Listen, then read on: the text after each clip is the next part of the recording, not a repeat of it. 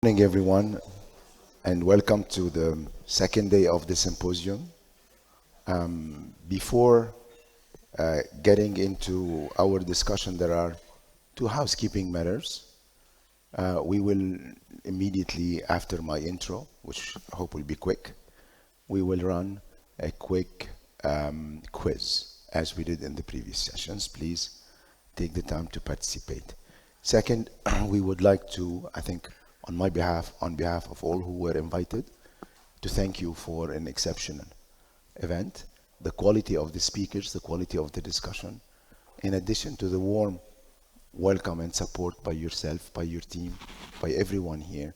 It's something that we will keep in our heart, and we will remain with us as one of the nicest memory, at least for me, in the job. This third session is an interesting one because it complements nicely the discussion of yesterday. Yesterday we had scholars explaining and discussing the key issues that central banks are currently facing in terms of designing, implementing monetary policies, coordinating their policies with others. In this session, we are privileged to have those who are on the forefront, those who, in fact, are in the trenches, implementing, designing those reforms. And I would say, above all, providing credibility and trust. What we will discuss today is, in practice, how central banks in the region see their mandate in terms of designing their monetary policy and what are the key issues that they face currently and how they move from the analytical dimension of issues to the reality of the matters, including the impact of the political economy on the way they conduct their business. Two, it will be also an opportunity to have maybe a more focused discussion today on small open economies. Yesterday it was, I would say, a mix between emerging economies and advanced economies. I'm sure that in the discussion today we will complement the discussion we had yesterday. How to design monetary policy and how to implement it. It's a question that we thought it was, already answered. And in the last 2-3 years, after the COVID crisis and the surge in inflation, we discovered that maybe we needed to, reconnect with our textbooks and also reconsider the way we do the job. The second dimension of our discussion, monetary policy has its own framework, its own tools, its own objectives, but it also serves a larger purpose and interacts with other players. And also, this is one of the issues that emerged in the discussion over the last year or two, is the interaction between fiscal policy and monetary policy. For years, the whole debate was, or the whole consensus, that monetary policy is in charge of price stability, and the fiscal policy has not to interfere, and vice versa. Of course, we saw in the past that QE and other central bank interventions had fiscal impact. Therefore, how to interact between fiscal and monetary policy, and what are the key issues, the do's and don'ts, how it works in practical. And there are certain interesting dimensions for the region. The fact that dollarization is an issue that affects the effectiveness of the monetary policy. Monetary policy is like good wine, like good cognac. It requires time to build a good one because you need to establish credibility over time. And most of the countries in the region have been doing this business only for 3 decades. Therefore, how in practice or in reality one can strengthen the credibility of the monetary policy. And the last point is how to coordinate. No one lives in autarky these days, and especially not countries in this region. How central banks coordinate and what are the ambition in terms of that. We're celebrating a 30th anniversary of a very interesting journey, but I think what we are doing since yesterday, we are more and more looking forward on what are the priorities for the countries in the region. We have issued at the fund a paper that focused on that. It's on strengthening monetary policy framework in Caucasus and Central Asia. And we made sure to finish it before the symposium in order to have, the results of our work shared with you. We have been working on these issues intensively over the last year or two, because also the crisis was for us a big question mark on, are we as an institution thinking our tools in the right way or not. I would encourage you to take a look at it, and we will very much appreciate your feedback, because it's always important when you do this kind of analytical work is to confront it with the realities. And to confront it with the realities, and after the quiz, I will start with Martin to give us a bit what are the steps to enhance monetary policy framework, taking the case of the last few years and decades. And I would say the last few years were, a league on their own, because we did not, over the last 50 years, witness such a succession and telescoping of shocks. And therefore, also, I would like you to give us a bit your reading of the last few years and what you consider as the pivotal steps to reinforce the monetary policy framework. And then I'll have a couple of additional questions. But before giving you the floor, please answer or give your opinion on serious questions, by the way.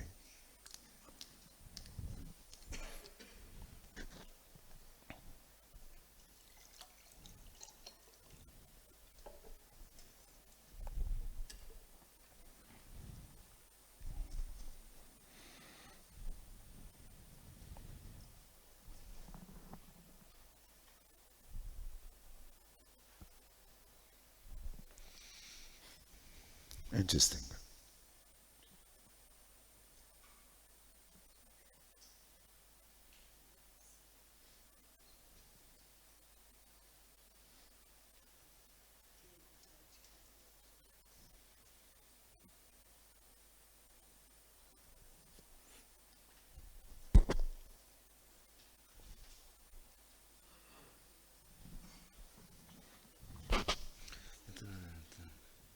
Поддерживает ценовую стабильность любого.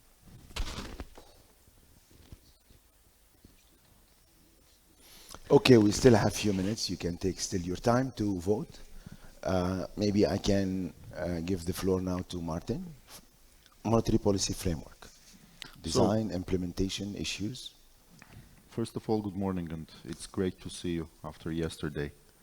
We have lost some troops, but we have a good turnout, so it's promising. I think, if you allow me, I think just to state one thing, I believe that all of us share a common vision in what is building the best-in-class central bank. It definitely means that we need to develop state-of-the-art monetary policy framework. So in this region, I think we're taking it quite seriously, because we know that credibility of the central bank has been built or is building throughout history, and it's very easy to lose it. So with that hindsight, we think that we should be taking care of the independence of the central bank, and monetary policy should be at the forefront. Regarding the framework, let me do probably a very brief historical turnaround of what happened and where are we coming from in our thinking. So for us, everything probably started, as for many others, from Kiwis. The New Zealand Central Bank started the inflation targeting late 80s, early 90s, and then Bank of Canada did something which was called flexible inflation targeting. And then we looked at countries like Czech Republic and Chile and some others. And we thought that we need to achieve, or we need to explicitly state the target for inflation, which would definitely provide a credible nominal anchor for the economy, which will help the investment, which will help somehow to navigate those inefficient or inefficient boom and bust cycles, and lead to general prosperity of our people. So we thought that it's a good framework, and I think in 2006, Central Bank of Armenia made the decision to move to that framework, which is accompanied by already existing an analytical framework, which was called for Forecasting and Policy Analysis System, Part 1. And that gave us an incredible opportunity to retool ourselves, to rethink how we deploy our human capital, how we train our human capital, which led to very effective 17 years, I would say. Because if you look to the number, Central Bank of Armenia has been able to achieve its target of 4% exactly. So if you just take the average of inflations that we have, there is a lot of volatility, but target of 4%, I think, average of last 17 years was 4.06.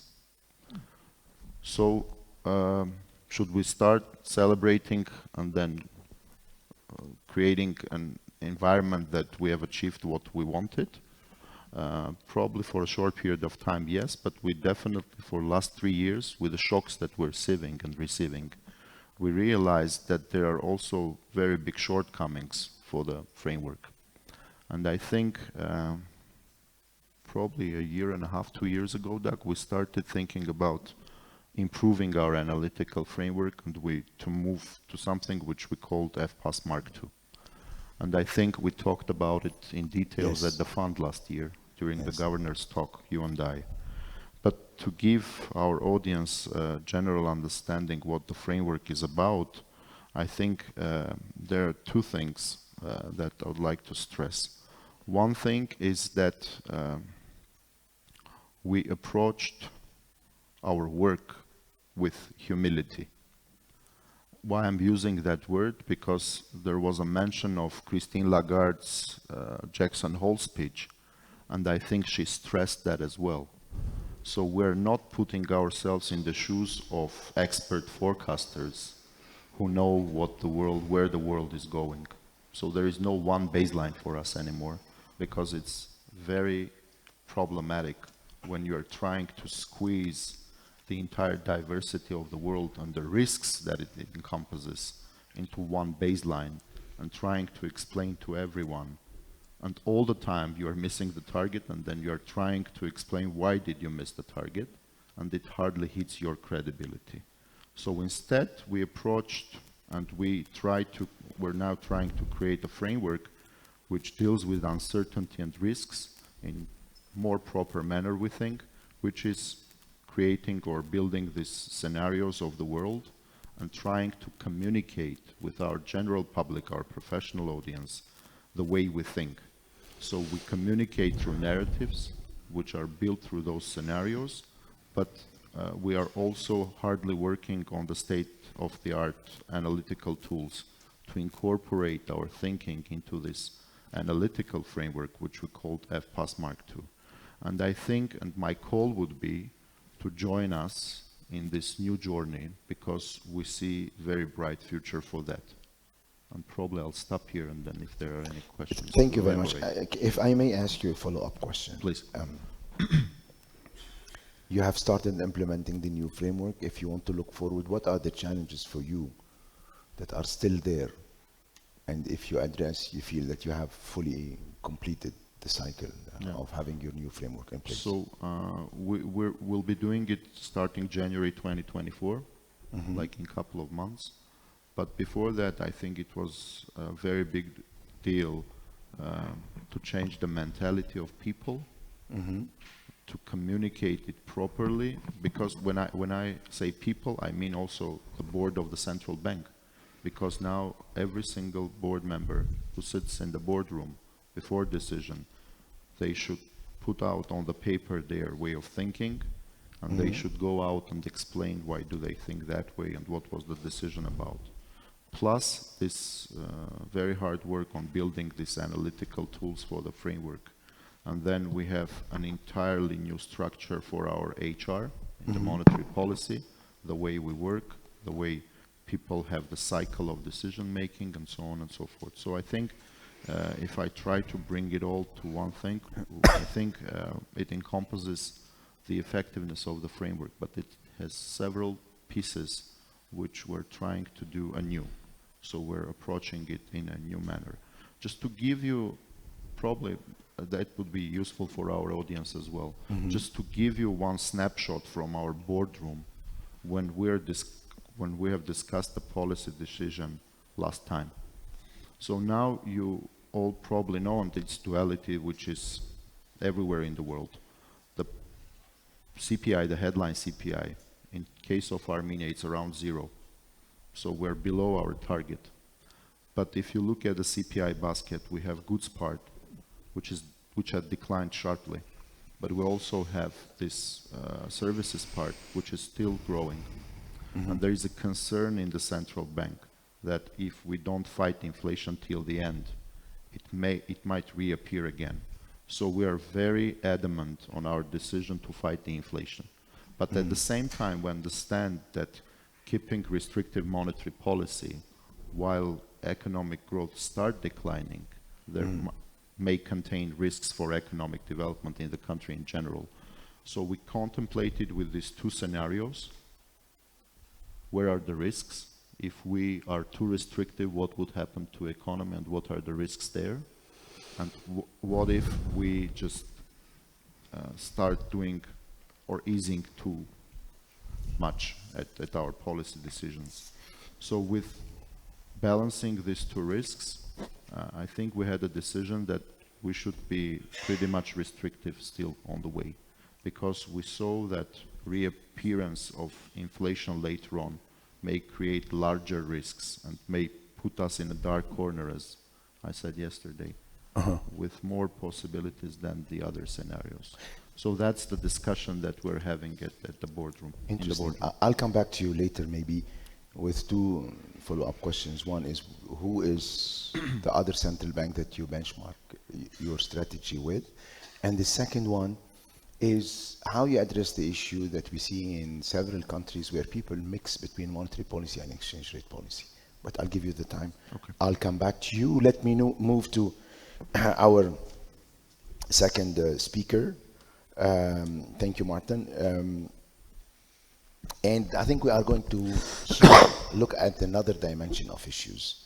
And I would like to welcome Acting Governor of the National Bank of Georgia, Natela Turnava, who has, I would say, the advantage of being a Minister of Economy before. Also, she understands very well the real economy issues. I would like to discuss with you, and maybe you share with us your experience in Georgia about the risk of or the issue of dollarization. This has been over the years one of the issues that limited the capacity of the Central Bank of Georgia to fully implement the monetary policy, and affected the monetary policy and even I would say the financial sector stability, because of dollarization is not only on the deposit side but also on the lending side. Could you share with us your experience, excuse me, as Central Bank of Georgia on the way to deal with these challenges? And do you feel that now you have succeeded enough to reducing the sensitivity of dollarization to any external shock? Can you hear me? Yeah. Thank you very much. And before answering your question, let me join your in expression of our gratitude towards my colleague Martin and the entire Central Bank of Armenia team for organizing an excellent event, for gathering us in such an excellent place. Thank you very much, and once again, congratulations on the occasion of 30th anniversary of DRAM. Wish you more success, more achievements on this difficult path. Coming back to your question regarding dollarization, indeed, dollarization remains a very important challenge still for our region, for the entire CCA region, I would say, not only for Georgia, but in particular for Georgia as an open, small economy. And you mentioned that in your opening remarks, that open, small economies like our country present like, some particularities. For the entire CCA region, high dollarization still remains very important structural imperfection. As far as I know, according to the recent data, more than 30% of the loans in CCA region and more than above 40% of deposits still remains in US dollar, in foreign currencies, and it increases in general vulnerability of our economies, increase credit risks for borrowers and risks of further financial instability. It's well-known fact, actually, that when the environment is highly dollarized and when the economy faced with external shocks, it requires additional social costs when economy tries to adjust to the new fundamentals. And it's particularly true for Georgia. We had such problems several times. And my point today is that it is not only costly to act towards external shocks when the economy is highly dollarized, but it requires additional public policy interventions. And if speaking about Georgian experience, first of all, I would like to emphasize importance of the proper combination of different measures. It's not only about maintaining financial stability and not only about macroeconomic policy measures, but the proper sequence of macroeconomic policy measures plus prudential measures. Those measures that combine each other and not crowd out, let's say they should combine one another and not to be contradictory. And this is our experience. Let me elaborate here. The key argument is that dollarization in general involves additional negative externalities when our, especially small open economies, faced with external shocks.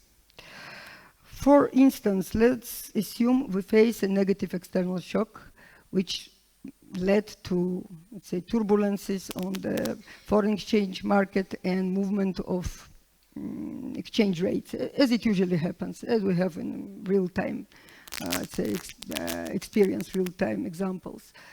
Say it's a COVID for tourism-dependent country like Georgia, or, for example, significant depreciation of our main trade partners' currencies, which we are the problem we're dealing with every day, actually. What happens when economy is highly dollarized? In that case, of course,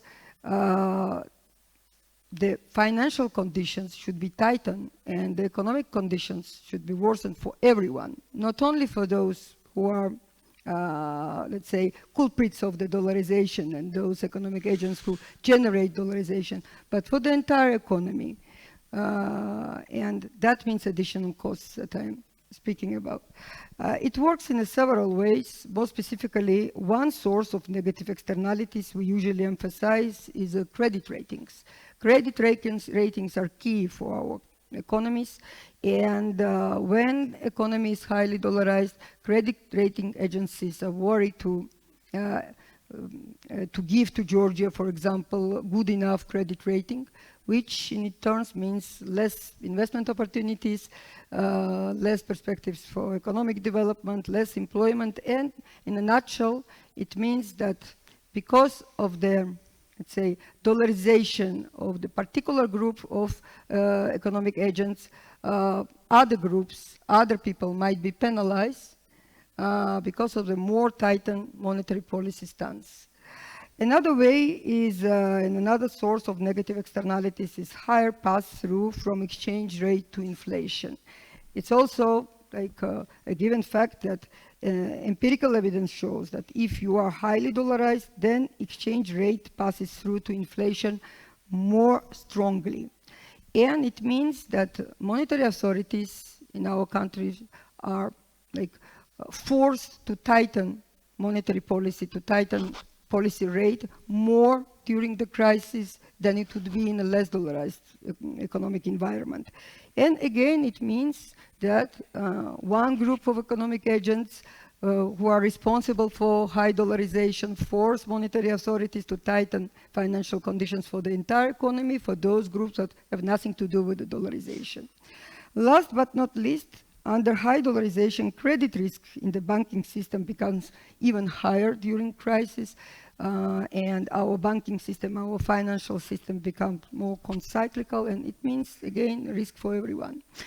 So, after experiencing of all these negative externalities, in 2016, Georgian National Bank, together with the government, and I do remember that time, we elaborated a special 10 steps de-dollarization plan that we launched in 2016, but it should be stressed that before that and before particular de-dollarization measures, of course, the measures that aimed at achieving macroeconomic stability have been taken, and macroeconomic stability have been achieved through implementation of inflation targeting regime at the same time as the Central Bank of Armenia did, and also flexible exchange rate regime. So those measures built a very reliable, credible, fundamental then for building on particular macro-prudential measures for de-dollarization. By the end of 2016, we started to implement these various particular measures. Those measures included increasing access to long-term lari loans, our domestic currency loans, adequate sharing of foreign exchange risks, and mandatory pricing of goods and services in lari. In particular, in order to protect small borrowers, we amended our legislation in a way that small loans below 200,000 lari is to be issued only in domestic currency, and it was a very important move by then. It wasn't so easy to achieve that. We had a big discussion with the banks, with the financial system, but it was done. It gained very positive fruits.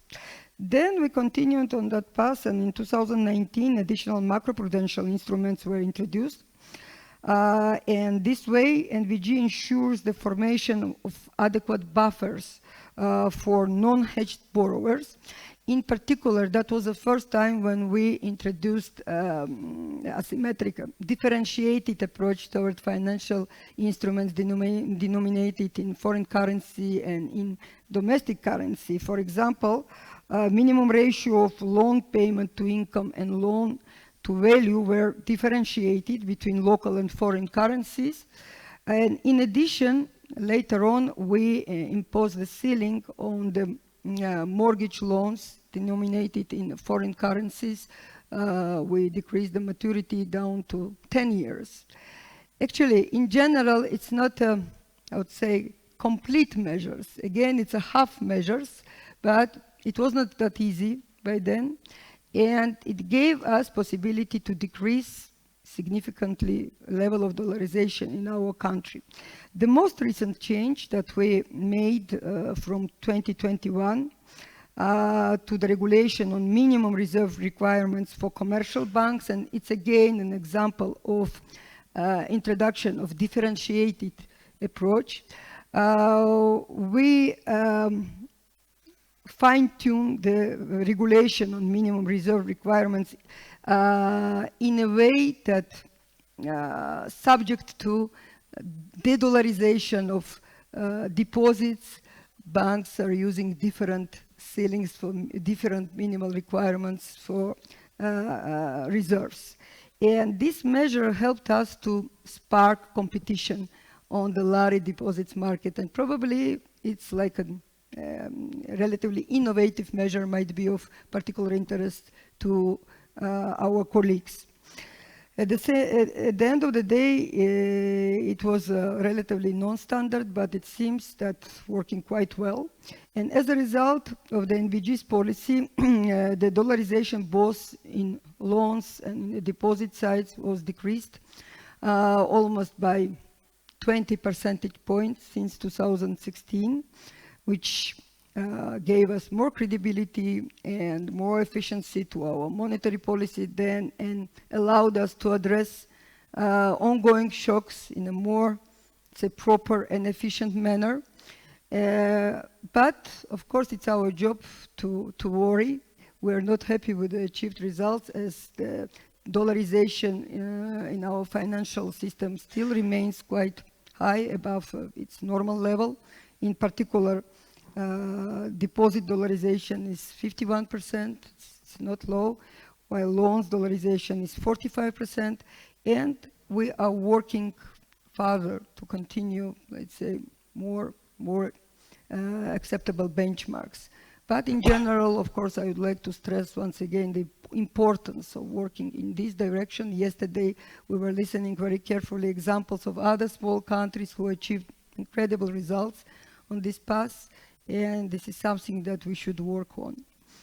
Thank you very much, Natela. We will have the opportunity to come back, and please feel free to interact if you have, other comments on some of the issues raised.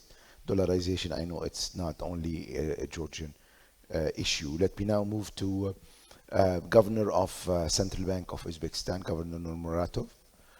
We will discuss the challenges of coordination between fiscal policy and monetary policy. But let me say two things before I give the floor to the governor.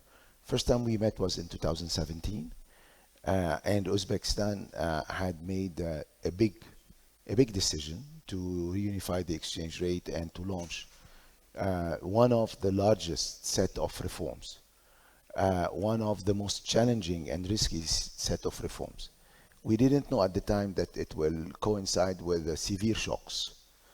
But when you look back in 6 years, what has been achieved, and thanks to the work of the governor and his team, some of his team now are part of the government, and this is maybe he could tell us a bit more on the coordination between fiscal and monetary policy when people were at the central bank before.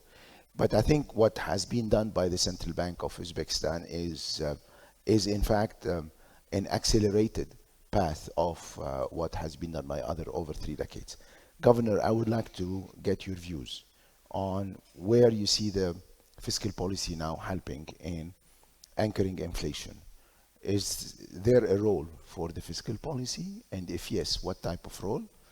And in this case, how the coordination between the central bank and the Ministry of Finance should operate?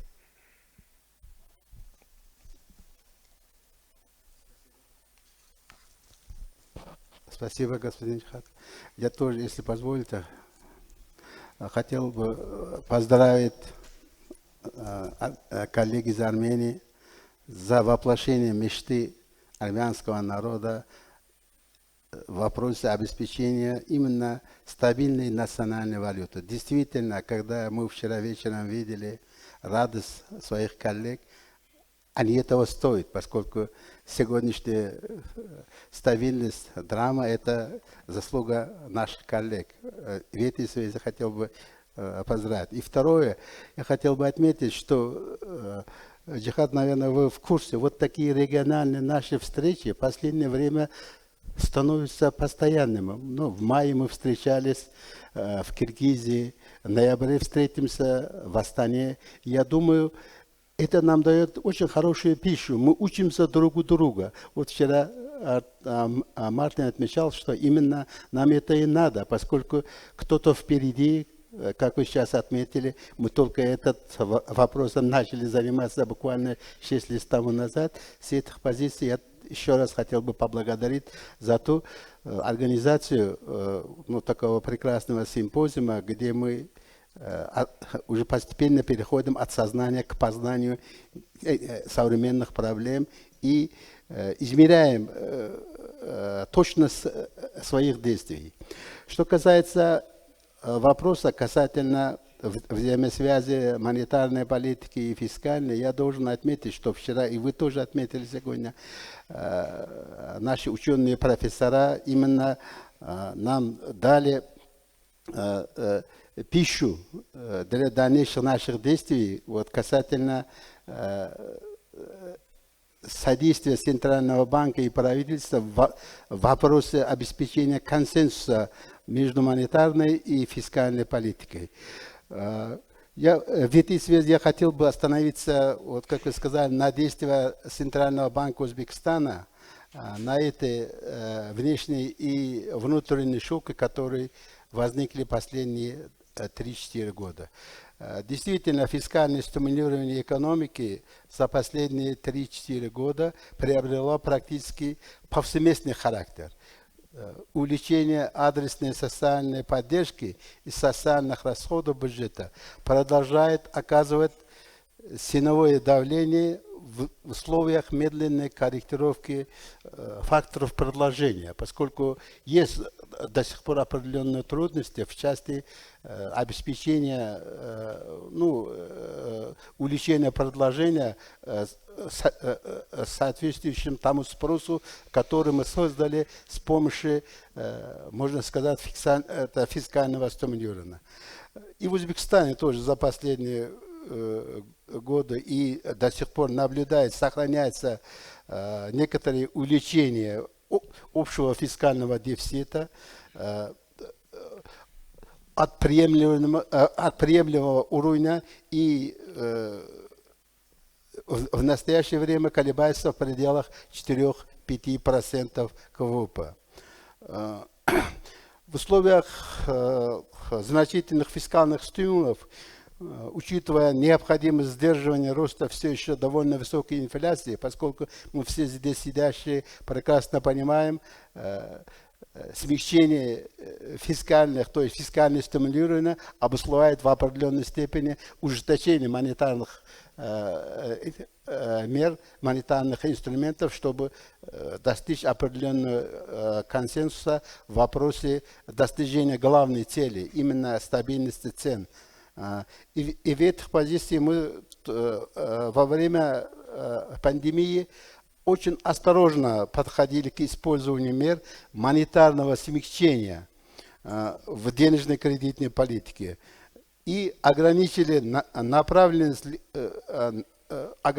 направляли ликвидность по нашим каналам. И я должен сказать, основную ставку Центрального банка мы держали все время в течение этого года выше уровня инфляции. То есть маржа была между основной ставкой Центрального банка и уровнем инфляции положительной. Но за счет чего мы пошли на такой шаг, я должен отметить, что накопившиеся буферы в банковской системе позволяли и до сих пор позволяют нам вести умеренную, осторожную денежную кредитную политику, сохраняя, как уже было отмечено, положительную реальную процентную ставку в экономике. Мы вроде стремились найти баланс между мягкой налоговой бюджетной политикой и риском существенного отклонения инфляции от промежуточной нашей цели таргета. В определенной степени это нам помогло, если в 2021 году уровень инфляции достигла нашего промежуточного таргета около 10%, а в 2022 году мы избежали некоторые ускорения инфляции. В этом вопросе я бы хотел поделиться одним нашим наблюдением. Вроде, с одной стороны, значительное снижение налоговой нагрузки в экономике, упрощение условий внешней торговли в рамках бюджетного стимулирования позволили в определенной степени снизить влияние немонетарных факторов инфляции и в какой-то степени облегчить возникновение затруднений со стороны предложения. Я здесь имею в виду, в период именно пандемии мы пошли на такой шаг, что по продовольственным социально значимым продовольственным товарам мы существенно облегчили налоговую нагрузку, отменили НДС, и по импортируемым продовольственным товарам государство покрывало 50% транспортных расходов и в определенной степени выдавали даже, так сказать, льготные кредиты для импорта таких товаров. Но я должен сказать, это в определенной степени давало свой положительный. Но с другой стороны, мы осознали и понимаем до сих пор и стараемся довести до правительства, что растянутое фискальное стимулирование оказывает давление на формирование текущих и будущих показателей инфляции, а также усложняет нам заякорение инфляционных ожиданий. В этой связи для нас было очень важно и в то же время сложно найти золотую середину в достаточной социальной поддержке без дополнительного усиления инфляционного давления. Ну, здесь дальше мы все хорошо понимаем, что затяжное фискальное стимулирование в конце концов истощает накопленные финансовые буферы, вызывает рост долговых обязательств. В этой связи мы в настоящее время работаем с правительством, и для нас очень важно, чтобы консолидация бюджета и сокращение фискального дефицита до нейтрального уровня, я имею в виду 2-3% к ВВП, и переход к контрциклической фискальной политике будет иметь определенное значение для снижения устойчивых компонентов инфляции в средний и долгосрочный период.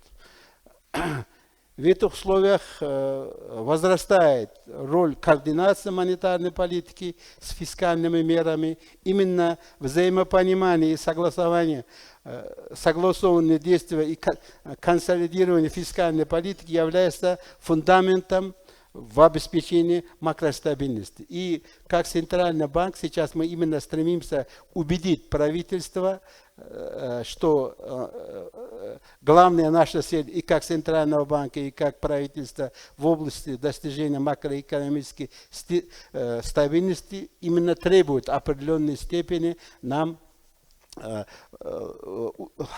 консолидировать бюджетную политику.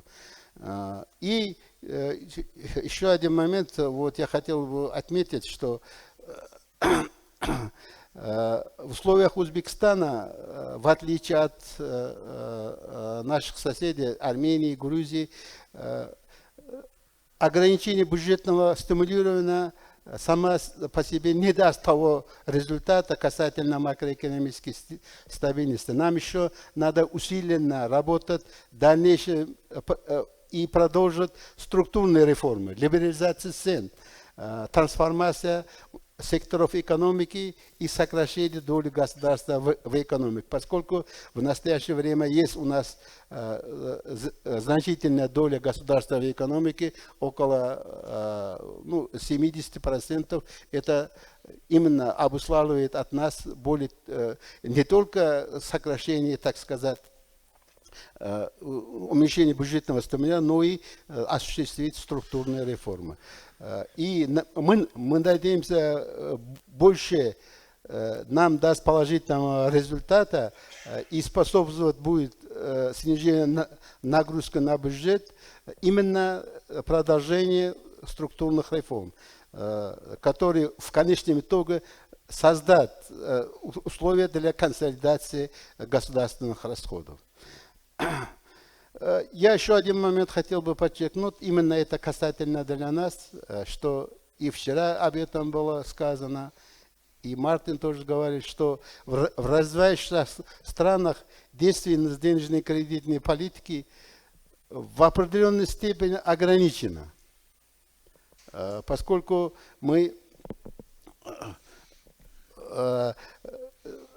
полностью еще не завершили процесс перехода к рыночным принципам. Есть у нас определенные сектора, сферы, которые находятся еще в переходном периоде и продолжают процесс трансформации.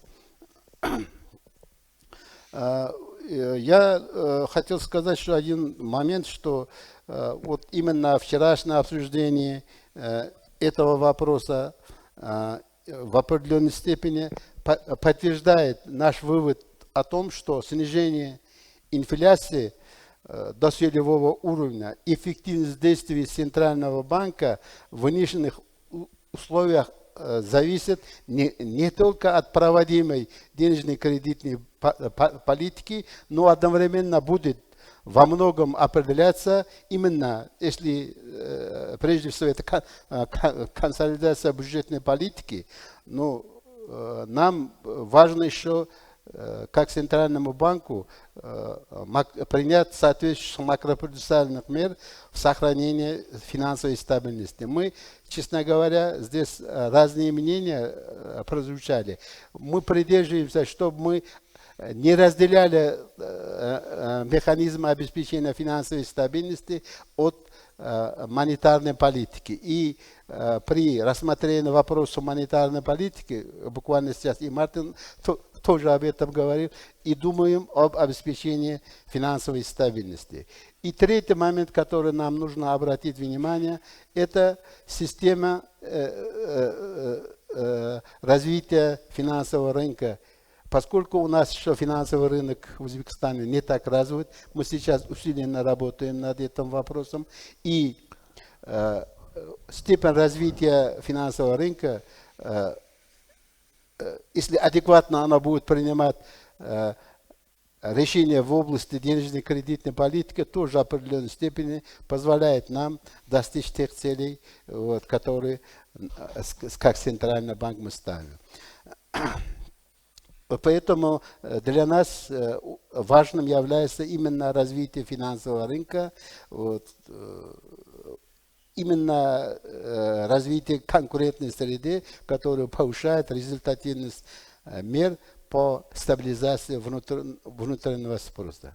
В конце я хотел бы подчеркнуть, что в условиях высокой инфляции и инфляционных ожиданий меры правительства в области фискального стимулирования, несмотря на их необходимость, да, действительно, особенно нам, в условиях развивающихся странам, именно при внешних, внутренних шоках, вот такое стимулирование надо. Но их необходимость должна быть четко целеориентированными, иметь возможность оценки их эффективности и носить определенную временную рамку, временный характер.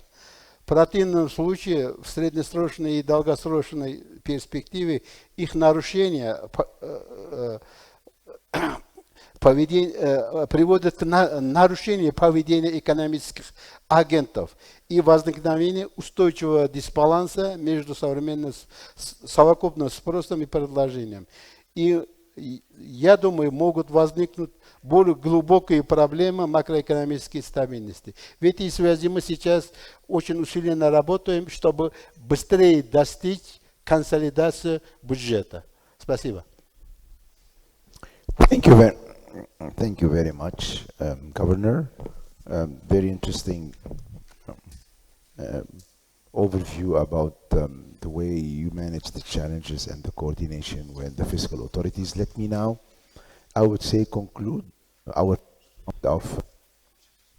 by more forward-looking. And I would like to call on Deputy Governor Baimagambetov from Kazakhstan to share with us his views on how movements, like for example, digitizing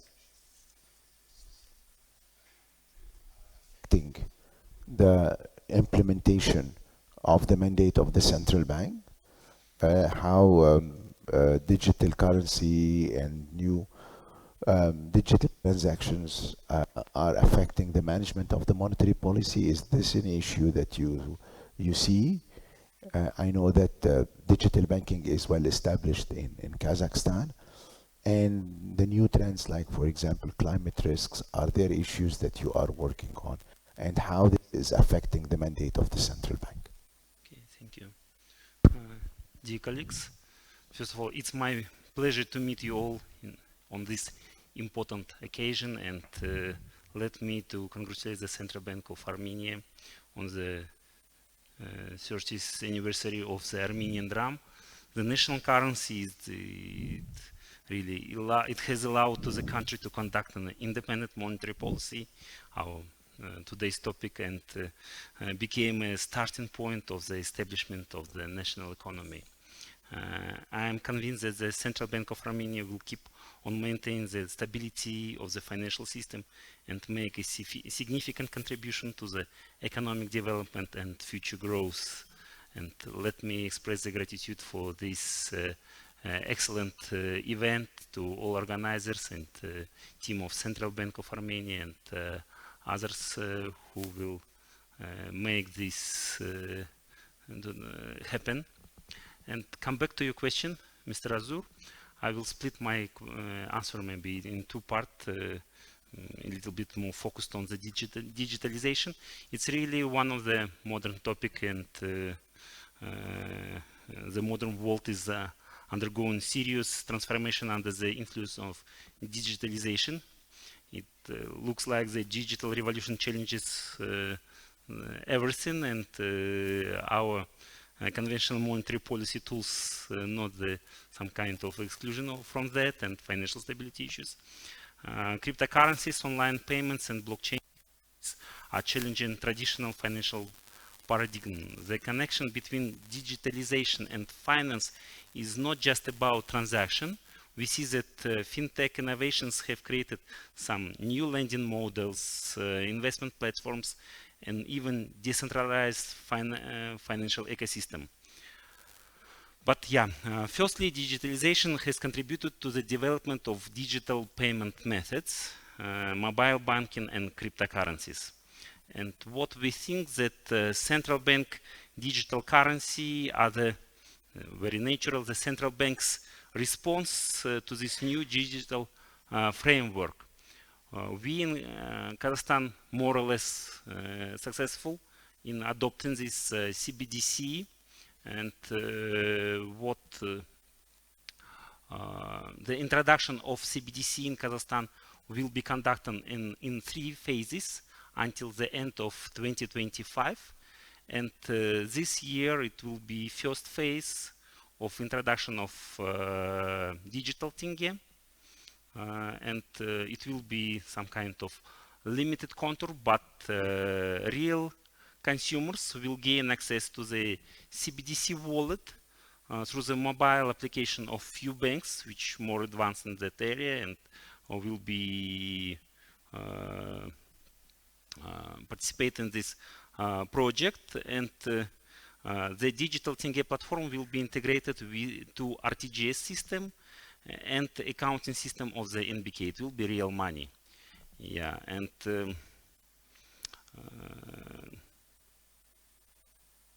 what we think that CBDC, it could enhance payment system, reduce transaction cost, and increase financial inclusion. As we look forward to the potential of CBDC and thinking about some implication to the monetary policy, we must carefully navigate between the adoption of technology and impact on financial stability and monetary policy. How we reflect these challenges in our digital tenge platform. We designed safety measures to the technological and economic design. We also made sure that digital tenge is primarily used as a means of payment rather than store of value. For example, digital tenge does not bear interest, which will balance demand on CBDC in comparison to the bank deposits, for example. We also plan to introduce some kind of regulatory tools to prevent liquidity run from current accounts and deposits via limits on holding of digital tenge per person, per entity, for example, some kind these measures. And the platform architecture is two-tiered, maintains the role of payment service provider, such as a bank, in a digital currency ecosystem. Also, we are not planning to monopolize the issuance of some kind of tokenized form of assets or money, and NBK is working on the introduction of the regulatory approaches to circulation of stable coins.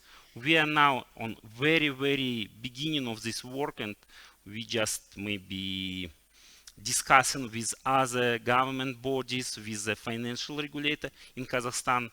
We split central bank and financial market regulator in the beginning of 2020.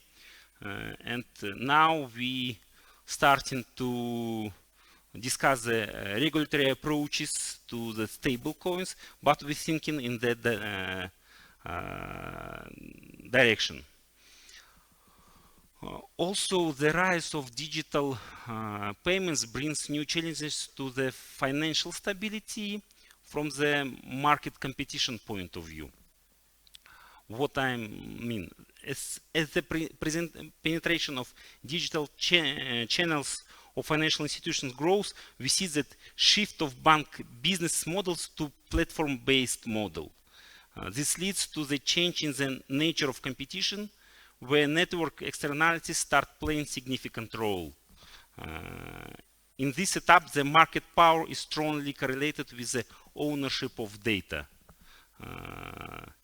We therefore started phased introduction of open banking in Kazakhstan, which will give full control, I hope full control, but we will see, but it gives a control of the financial personal data to consumer via digital consent tool.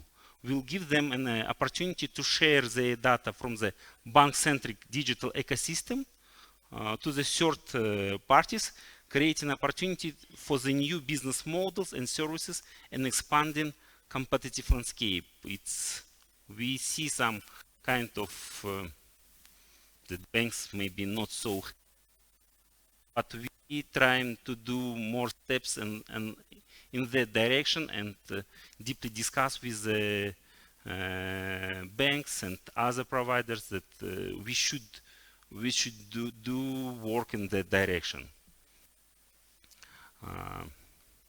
Also, another one angle, under uncertain geopolitical conditions, we also investing in the digital sovereignty of the national payment system. For instance, our national card switch will be built in cooperation with the international payment system, and it ensures continuity of card transaction inside of the country. Importantly, that architecture of switch ensures access to all IPS innovations to market participants. It was a very crucial feature of this work, and it was maybe some kind of strong discussions with the bank society, but on these geopolitical tensions and what examples we see from our neighbors, we understand that it's very important for the national security and for some kind of backup for our own payment system.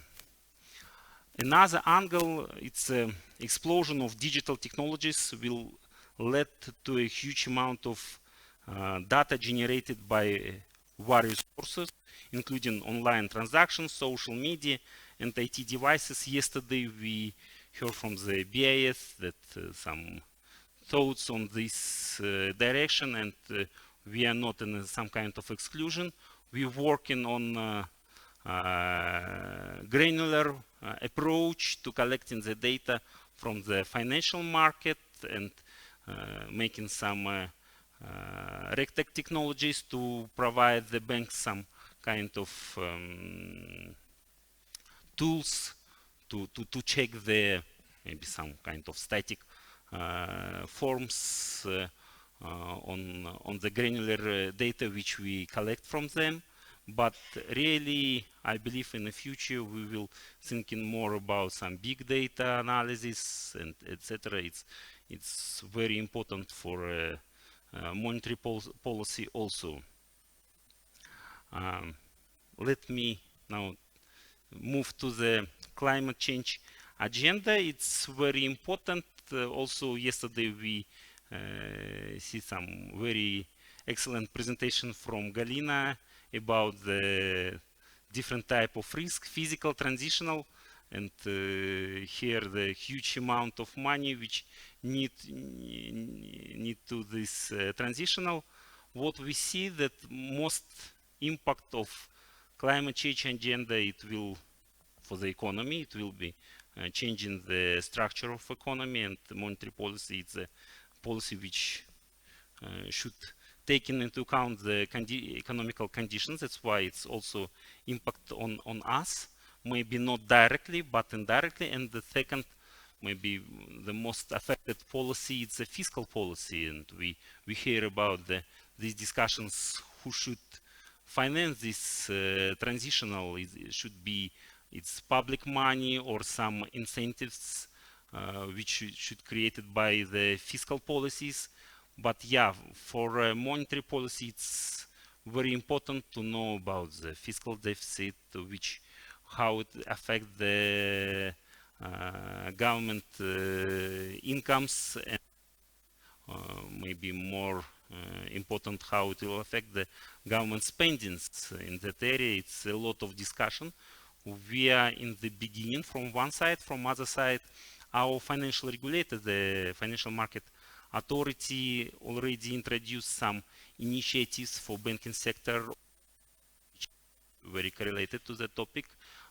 This year, banks will be on the voluntary basis include some ESG approaches to the annual reports. From the next year, they should do it on the mandatory basis.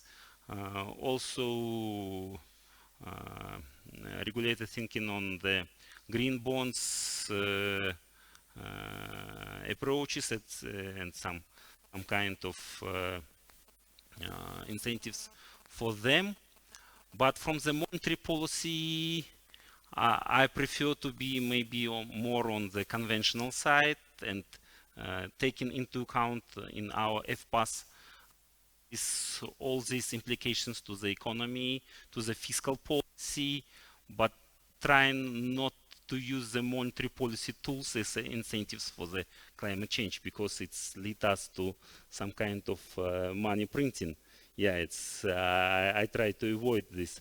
That's why we, as a central bank, may be a little bit cautious about our involvement in climate change agenda discussions, but any case, it's a very important topic, and especially for Kazakhstan, we highly carbon intensive structure of economy, but Kazakhstan also joined to all international agreements on that area and committed to reduce the emission to these all milestones in 2030 and 2050 or 2060. Yeah, and it's really complex topic that's any case will affect us. And last but not least, now with the IMF and financial sector assessment program, and one of the stream in that exercise, it's a climate risk analysis, and we already received some quick stress testing of banking sector, because banks as lenders, they have an exposure to whole economy, and we will see some how transitional risk affect the banking portfolio in different scenarios, and we thinking to include this exercise to our stress testing approaches on the financial stability side. Yeah, maybe that's all. Thank you very much. Thank you. Very interesting.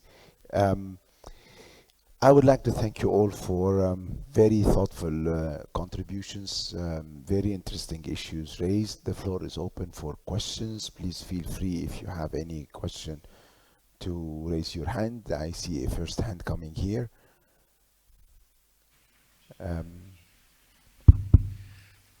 Thank you, Jihad. My name is Kees Ullersma from the Dutch Central Bank, and I have a question to the Armenian governor on the very promising risk management approach to monetary policy. Martin, are your scenarios based on a strict theoretical concept, such as new Keynesian economics, or maybe do you have two different scenarios, one based on, say, new Keynesian economics and the other on new classical economics, or maybe are the scenarios more based on empirical experience, on narratives, on how shocks propagate through the economy? Thank you. Thank you.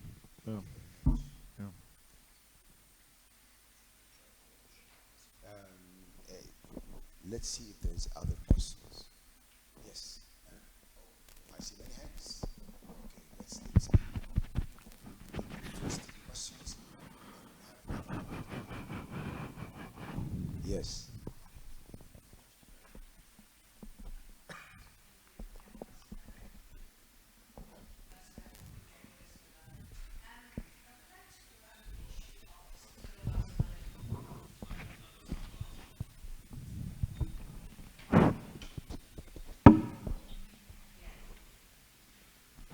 Sözü mikrofonu açar.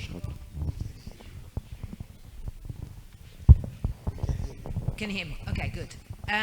I'd like to go back to the issue of spillovers from monetary policy of systemically important countries.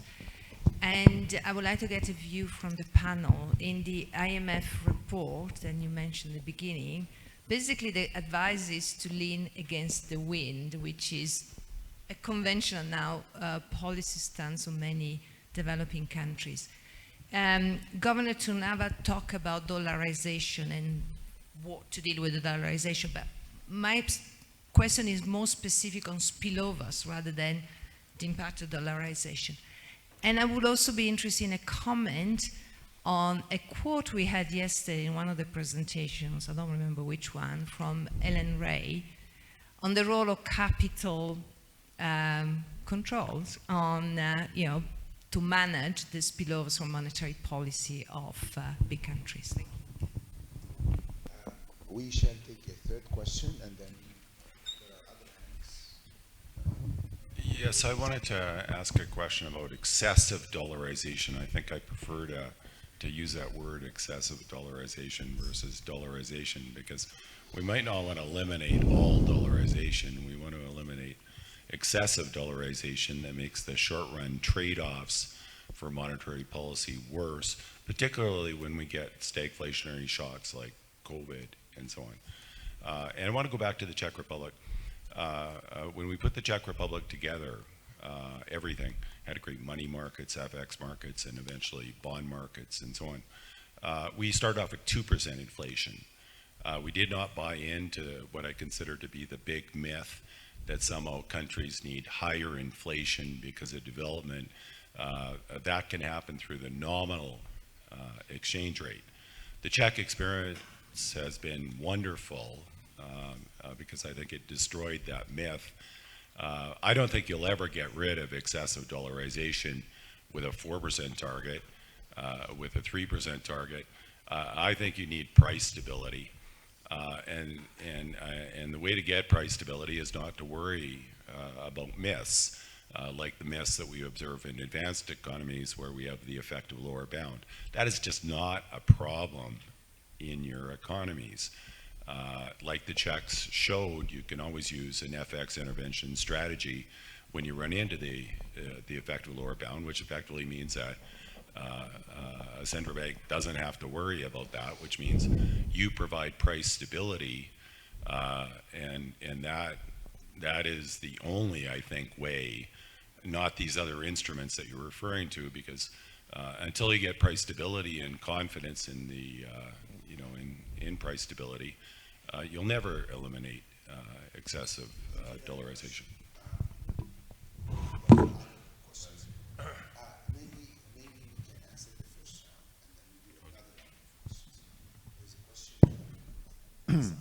Yep. And there's a question on dollarization, and there's a question that is important. Are central banks independent from other central banks?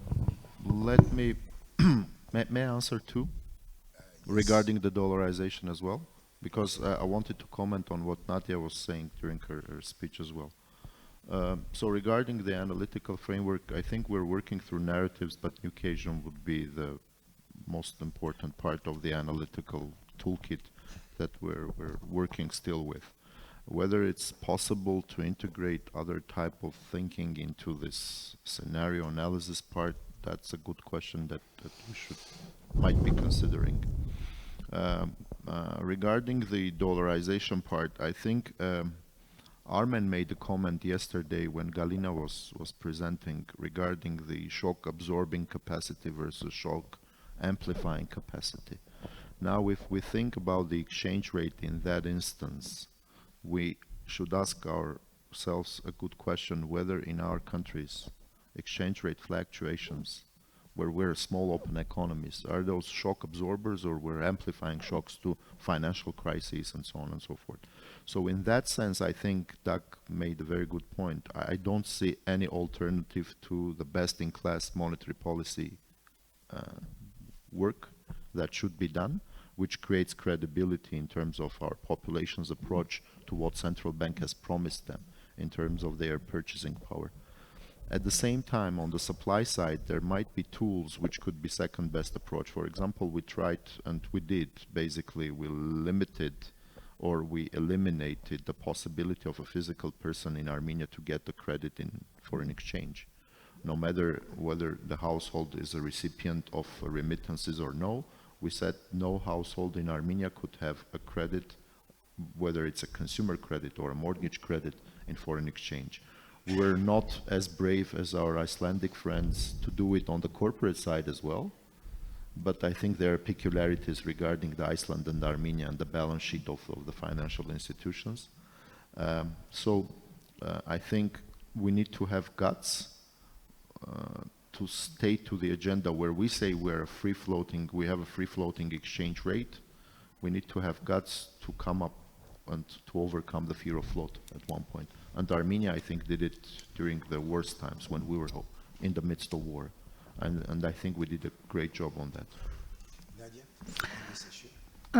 Yes, thank you very much for these questions, because, you know, dollarization is something which of high interest for us.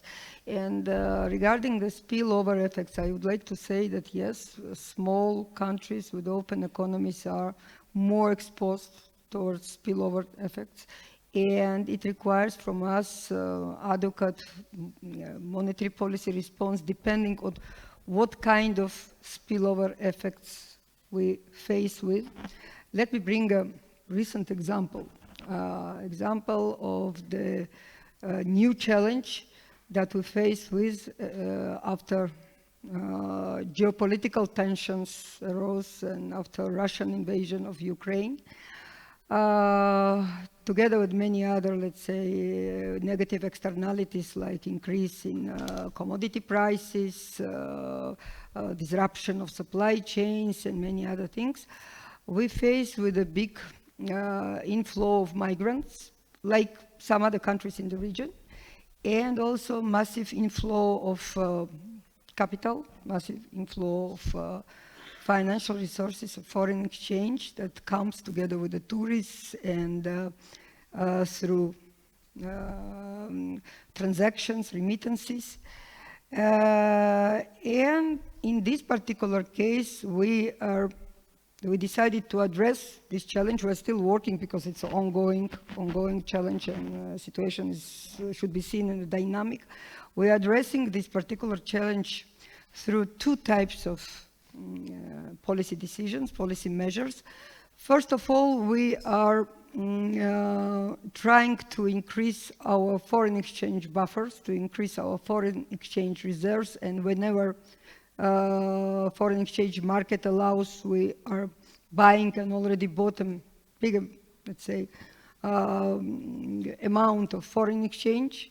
And through that measure, we would like to convince investors that Georgia stays very solid, very strong with its balance sheet despite this crisis, and that we are well secured against the risk of potential episodes of outflow of these resources.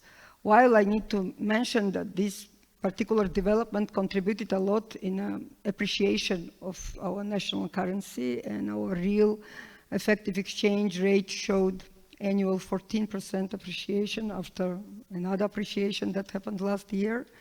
Also, it contributed to the economic growth. We had 2 years of consecutive two-digit economic growth, and still this year economic growth forecast is about 6%. However, there are some questions regarding sustainability of that flow, sustainability of that source.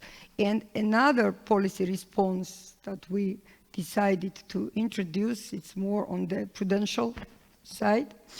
we asked banks to maintain those, let's say, maintain higher liquidity requirements against those deposits, because we see rapid growth of foreign currency deposits that belongs to mainly to the migrants, and together with the risk of concentration, it also represents adverse risk of liquidity. And that's why this particular challenge is under our everyday scrutiny. This is particular example of a spillover effect.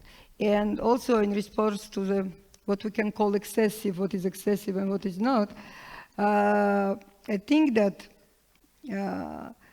so our target is not to, let's say, bring dollarization level to zero.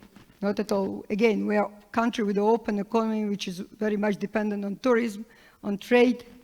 However, whatever level, whatever benchmark and policy measure help us to address those negative spillover effects would be considered as a normal level of dollarization.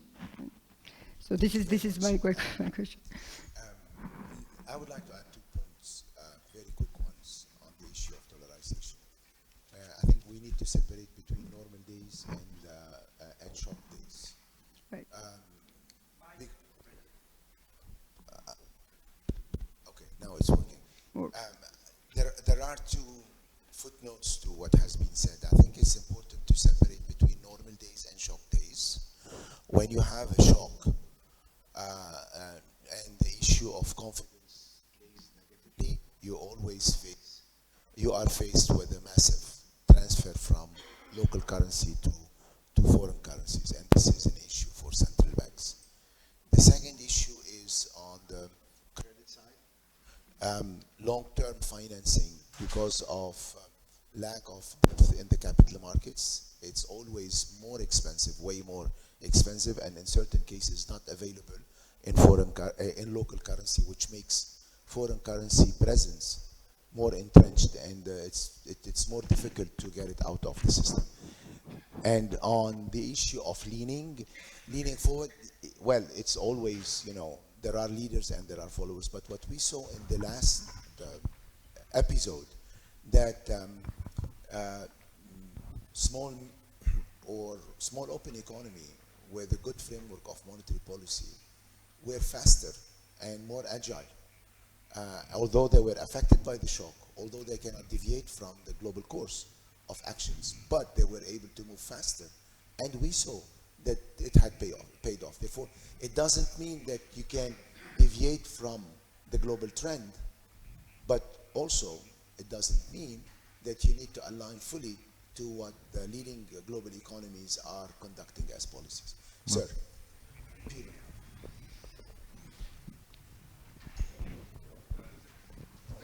Can you hear me? Yes. Yes. I would like to comment, and I have a question on the survey that you did, the numbers on the Menti site. I noted that this was about the most pressing issues to central bankers at the moment. Price stability at all costs, 8 votes. I thought it was a bit on the low side, to be honest, since price stability is such an issue. You may want to comment on that. Maybe it was the words at all costs that did it. I was very happy to see climate and digitalization scoring relatively high, because these are really issues that at the fund, at the IMF at the moment, are top of the bill, and we are trying to develop it. We have some more budget for it, so we're focusing on those issues, and I'm happy to see that this is also reflected in the interest in the group. And I was even happier with the fact that central bank independence was the highest score, I think. And my question is really about that.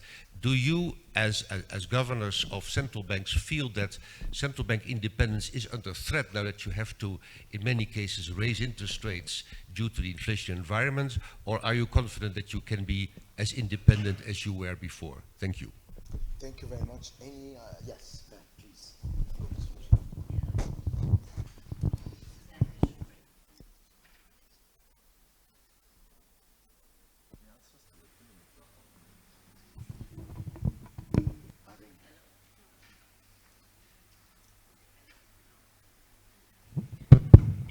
Okay, good. Suzanne Bishoprick from Global Sovereign Advisors.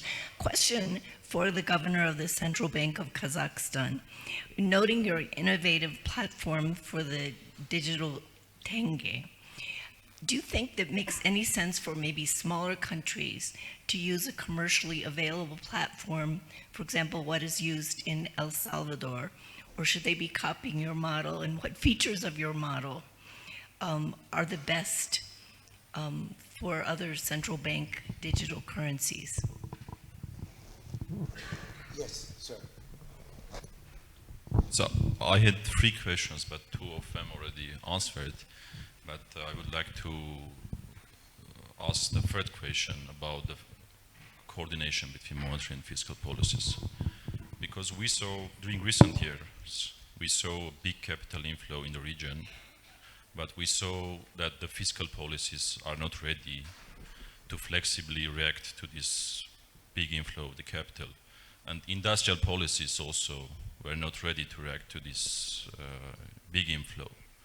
So what were the solutions of, or if we haven't seen any solutions, what would be the best solutions for the coordination between monetary and fiscal policies that can absorb this type of big inflows and make the economies ready for the possible reversal in the upcoming years? Thank you. One disclaimer. Eduard Hakopian, Deputy Minister of Finance of Armenia. Well, it's clear. Okay, maybe we can start with Kazakhstan on the digital currency. Digital tenge.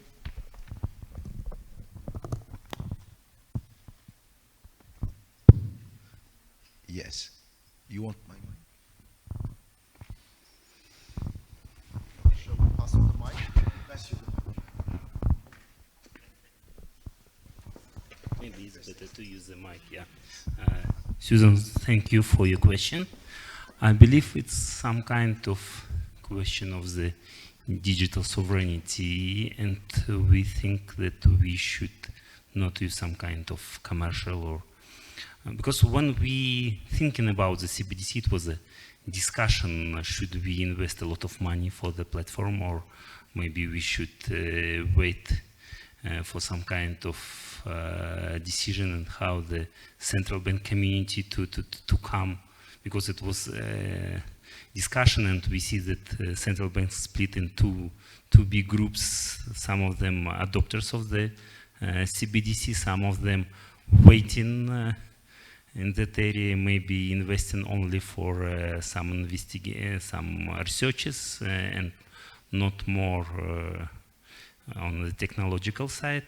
We decided that for us it's also important not only make some research study, but also to invest in a technological platform, because we see some threats for a digital sovereignty from these commercial platforms, and it creates some thoughts about that you can at some point you can lose the control on the emission, and what is the mean of payment in case they really create something very convenient, and at that times it will be the question who is the central bank in the country. That's why we decided not just study the question, but also make some steps on the technological side. But also we very ready to share our experience for the regional peers and give them all our findings in that area, and we are ready to share some technological aspect of our CBDC. That was the main maybe thoughts behind the idea to introduce the CBDC in Kazakhstan. Yeah, thank you. And maybe some comments on the previous question about the dollarization. We follow very similar approach which Martin described, about that we thought about the FX rate more like an stabilizer, which and more about the shock absorber for the economy. We little bit switch from our past practice, past experience, and we see that when we focus more on FX rate and thinking about it creates some fears of floating, yeah, and it's the communication of central bank became more focused on the FX rate rather than price stability, and we also maybe transfer and move and trying to move our communication from the FX rate and try not to comment it because in the past we was heavily comment any movement to the society and now we try to move from that. It's from one side. From other side, on the macroprudential, we also not allowed for the households to get the FX denominated credits. On the corporate side, we also together with the financial market regulator, they incentivize FX credits to the legal entities which don't have an export revenues in FX currency, and it's also creates some incentives for the de-dollarization of the credit portfolios. And when we allow the both side volatility and a little bit change our policy on FX rate, we see that it's balanced themselves, and we see now, for example, in Kazakhstan we have a national oil fund, and which is used by the government, and government use some kind of transfers from that on the annual basis. And what we do, we follow the neutral approach for the for this. We don't use this FX reserves from the oil fund. We sell them on the market, not print the money to the government. We sell the FX on the market from the oil fund to finance these transfers, and we do it very transparently. We announce every month what will be the our forecast for the selling this portion of transfer money to the market, and doing it gradually through the month in equal amounts every day, and trying not to influence the FX rate and how it's formulated. Thank you. I just would like to add quickly on the digitalization. And here I would like to say that, like our colleagues from Kazakhstan, we are also not very much in favor of massive outsourcing in this respect. For example, National Bank of Georgia decided to build instant payment platform by ourselves. This is a very big move, which brings a lot of benefits to the society. And we decided to finance that together with the support of World Bank. Why? For us, it is not probably that much important to maintain control, because it could be somehow managed in other way. But for us, it is important then to ensure the level playing field and equal access for different stakeholders, players towards this very important infrastructure. Not only big banks who has resources on their own, and they can do that even without our engagement, but for the smaller players, for example, just non-banking institutions, payments system operators and others, because maintaining competition is very important when you are just planning such a big move and digital transformation in the banking system, and this is the only way to maintain competitiveness of the system. So this is our main driver in this respect. Thank you very much. Any other comment from the governors before I conclude the session, because we are running a bit late? Thank you very much. A few words of conclusions. Well, my first takeaway is it's interesting that there is huge convergence between the discussion of yesterday and the discussion of today. I think clearly what has been discussed yesterday has reflected in the practice. Of course, small economies are more challenged than large economies in the implementation of monetary policy, in the coordination between fiscal policy and monetary policy. And of course, they have less, I would say, bandwidth in terms of historical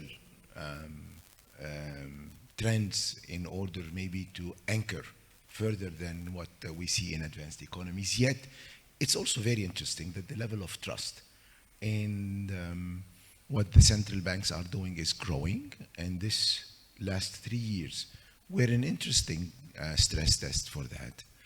We did not see any major lack of trust by capital markets, by investors, by the population. At the contrary, we saw even on some of the cases that the reaction was much more rational than before, including in the case of increase or peaks of dollarization. We didn't see peaks of dollarization during COVID as we used to see in the past. We saw a rapid response by central banks compared to the 2014 shocks, for example, in the region. Therefore, I think we're gradually moving toward a more, I would say, maturity. And this recent 3 years were very useful in order to test what has been implemented and also to allow the capabilities that exist in the central banks to maneuver those kind of risks. And this is the reason why, and this is my third takeaway, we tried in this analysis that we did is not to let this crisis go without really understanding what are the lessons learned, how to move forward, what are the issues that we need to focus on. We did prior than this study something on inflation, understand better the drivers of inflation, how inflation operates. And in 2 weeks, we will be sharing with you a work we are finalizing on the impact of this crisis on the financial sector and financial stability. We stress test various shocks and to see to which extent banks and central banks are resilient. I think with this analysis, we would very much appreciate your feedback, one, and two, continue this dialogue. And our regional center that is in Almaty is a very good platform, the CCAM tag, not only to provide the capacity development through technical assistance and training, but also to play this role of being a convening place whereby practice, expertise will work together. And also, my last point on that, communication. Because communication is an important element in what central bank governors do. And communication is a very strong tool. Through communication, one can explain, one can maintain trust and confidence, and also provide directions. Therefore, also, this is an important dimension that we will have the opportunity to discuss. During the annual meetings and our lunch, the governor's lunch, we will focus also on those issues. Again, thank you very much, governors. You did an excellent job. And now I think there is a coffee break. And we move to the second session.